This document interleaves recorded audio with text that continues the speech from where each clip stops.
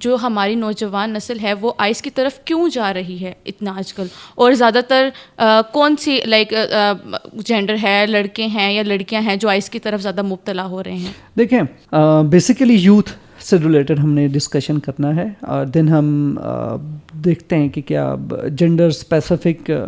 Statistics کیا ہیں, اور اس کے ساتھ ساتھ ہم نے یہ بھی ڈسکس کرنا ہے کہ ہم سمجھ لیں کہ آئس ہے کیا, اور آئس کی ایڈکشن کیسے ڈیولپ ہوتی ہے, اور یہ اسٹیمولنٹ جو ہے کس طرح سے ہماری سائیکولوجیکل اسٹیٹ امپیکٹ کرتا ہے, اور ایڈکشن کیسے کاز کرتا ہے. تو سب سے پہلے جو آئس ہے اسے کرسٹل میتھ ہے, اسے کہتے ہیں, یہ میتھمفیٹامین بیسڈ ایک سبسٹانس ہے, سنتھیٹک ڈرگ ہے, جو آج کل بہت تیزی سے ہمارے خاص کر کے اسلام آباد میں, راول پنڈی میں بہت ایزیلی اور ایک ریڈلی اویلیبل ہے, اور بڑی تیزی سے پھیلا جا رہا ہے. اور جو بھی پیشنٹس ہمارے پاس ایڈمٹ ہو رہے ہیں وہ جو ہیں ان میں میکسیمم, یعنی یوں سمجھ لیں کہ 90% of them they are basically using crystal meth. تو آئس ایڈکشن بہت کامن ہے ادر دین جو باقی ڈرگس ہیں, اور کئی دفعہ آئس ایڈکشن جو ہے مختلف لوگوں میں یوں بھی دیکھنے میں آیا ہے کہ وہ کسی اور نشے کے ساتھ اس کا استعمال بھی کرتے ہیں. ٹھیک ہے, اب سب سے پہلے یہ چیز ذہن میں رکھ لیں کہ آئس ایک اسٹیمولنٹ ہے, اور اسٹیمولنٹ جب کوئی بھی انسان کرتا ہے تو اس کی, اور یہ بڑا ہی مطلب کہ بہت ہی یوں سمجھ لیں کہ intense level of stimulation cause کرتا ہے برین میں, اور برین میں اس کے ڈفرینٹ میکانزم ہوتے ہیں جس کی وجہ سے آپ کا جو ڈوپامین ہے وہ بہت ہی ایک یوں سمجھ لیں کہ اس کی فلڈنگ ہونا شروع ہو جاتی ہے, اور اسی فلڈنگ کی وجہ سے لوگ 4 days 5 days تک جو ہیں وہ ایک ایسی اسٹیمولیشن میں چلے جاتے ہیں جس میں انہیں نیند کی کمی ہوتی ہے, اور بغیر تھکے وہ جاگ رہے ہوتے ہیں, اور ان کو ہیلوسینیشنز, ڈیلوژنز, اس طرح کی بھی کیفیات ان کے اندر پیدا ہوتی ہیں. اب یہ ایک ایسا اسٹیمولنٹ ہے جو کہ بہت زیادہ پلیئریبل ہے, اور جب آپ کوئی بھی انڈیویجول ایک دفعہ ٹرائی کرتا ہے, خاص کر کے اسٹوڈنٹس, اور اسٹوڈنٹس اکیڈیمکلی اس میں بے شمار, جیسے آپ نے کہا کہ اس کی کیا وجوہات ہو سکتی ہیں کہ کوئی بھی انسان کیوں جاتا ہے ڈرگ کی طرف, تو اس کے پیچھے بے شمار ایسے فیکٹرز ہیں جو کہ ایک رول پلے کرتے ہیں, کسی کو بھی سبسٹانس انٹیک کی طرف پش کر رہے ہوتے ہیں, تحریک دے سکتے ہیں. لیکن ڈرگ پہ رہنا, اس کو مینٹین کرتے رہنا اور اس کے اوپر ایڈکٹ ہو جانا, وہ ایک ڈفرینٹ میکانزم ہے جو آپ کی اپنی جو بایولوجیکل لیول پہ فیکٹرز ہو سکتے ہیں, سائیکولوجیکل لیول کے فیکٹرز ہو سکتے ہیں, جنہیں ہم نے سیپریٹلی دیکھنا ہے. لیکن انیشلی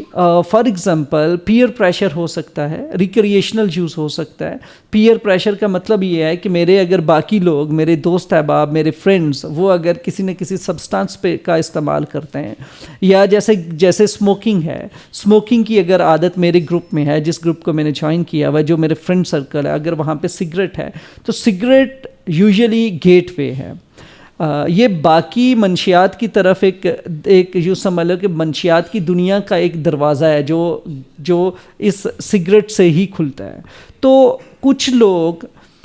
بیسیکلی سگریٹ ٹرائی کرتے ہیں اور دین آگے بڑھنا شروع ہو جاتے ہیں. ٹھیک ہے, تو جب آپ کے گروپ میں سگریٹ, کینابیس یہ کامنلی یوز ہو رہا ہے تو دیر آر چانسز کہ آپ باقی چیزوں کو بھی ایکسپلور کر سکتے ہیں. ٹھیک ہے, اور دوسرا یہ ہے کہ ڈفرینٹ ٹرینڈز ہوتے ہیں, ڈفرینٹ سائیکولوجیکل اسٹیٹس ہوتی ہیں time to time during ایکیڈیمک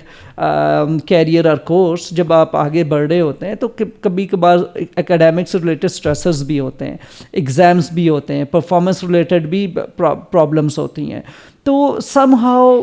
students اپنی طرف سے کوئی نہ کوئی ہیک ڈھونڈ لیتے ہیں, ایک جو ہے نا وہ کوئک فکس, ایک شارٹ کٹ ڈھونڈ لیتے ہیں کہ یہ چیز ہمیں ٹیمپوریرلی,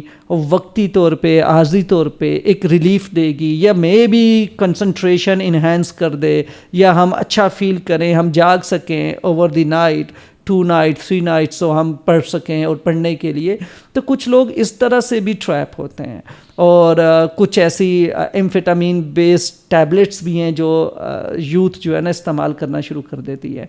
اور اسی طرح سے کینابس کا استعمال بھی کافی جگہوں پہ دیکھا گیا ہے کہ جی اسٹڈیز ہیں, اسٹڈی برڈن ہے, اور اس کو اوور کم کرنے کے لیے آپ کو ایکسٹینڈڈ آورس تک اسٹڈی کرنی ہے تو آپ جاگنا چاہتے ہیں, تو لوگ ان چیزوں کا میں انوالو ہونے کے پوٹینشیل رکھتے ہیں. اور یہ وہ چھوٹے چھوٹے ڈفرینٹ فیکٹرز ہیں جو کہ کسی کو بھی پش کر سکتے ہیں یا ری انفورس کر سکتے ہیں ٹورڈز سبسٹانس انٹیک. اچھا, اب یہ ساری کی ساری شارٹ ٹرم گریٹیفیکیشن ہے, ویدر آپ جو ہے نا ریکریشنل پرپز پہ فوکسڈ ہیں, آپ نے ایک پیئر پریشر ہینڈل کرنا ہے, آپ گروپ میں کول اور باقی لوگوں کے ساتھ لنکڈ اور کنیکٹڈ فیل کرنا چاہتے ہیں اپنے گروپ کے ساتھ, تو آپ ان چیزوں میں ملوث ہو رہے ہیں.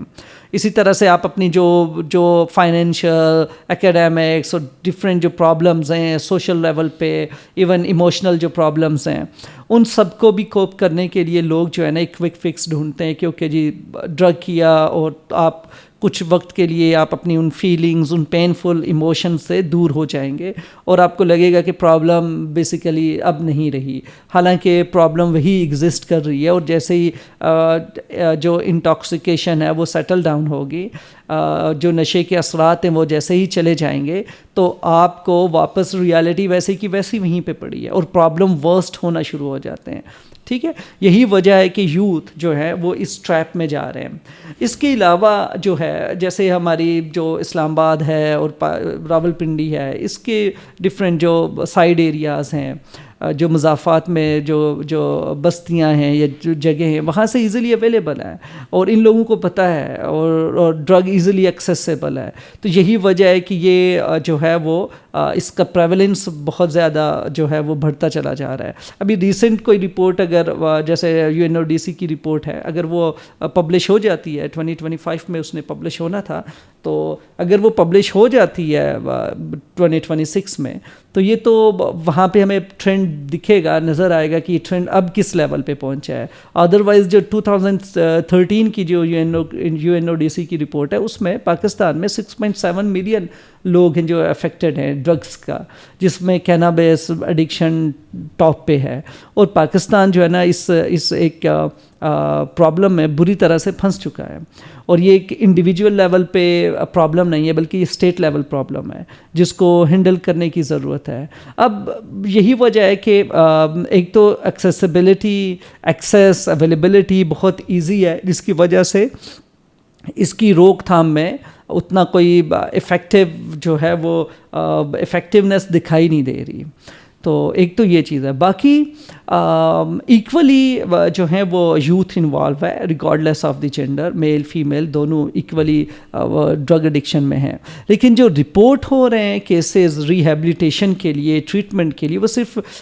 میل ریلیٹڈ ہوتے ہیں, اور فیمیلز اس میں بہت کم ریشو رکھتی ہیں. اس کے پیچھے بے شمار ریزنز ہیں, جس میں اسٹگما ہے, فیملی کے کچھ اپنے پیٹرنز ہوتے ہیں, ڈفرینٹ سوشل کنسٹرینٹس ہیں یا ایسی رکاوٹیں ہوتی ہیں جس کی وجہ سے فیمیل جو ہیں انہیں ہاسپٹلائز ہونے میں کافی دقت پیش آتی ہے. یہی وجہ ہے کہ وہ رپورٹ نہیں ہوتی. ادروائز زیادہ تر میل رپورٹ ہو رہے ہیں اور وہی ٹریٹمنٹ سیک کر رہے ہیں.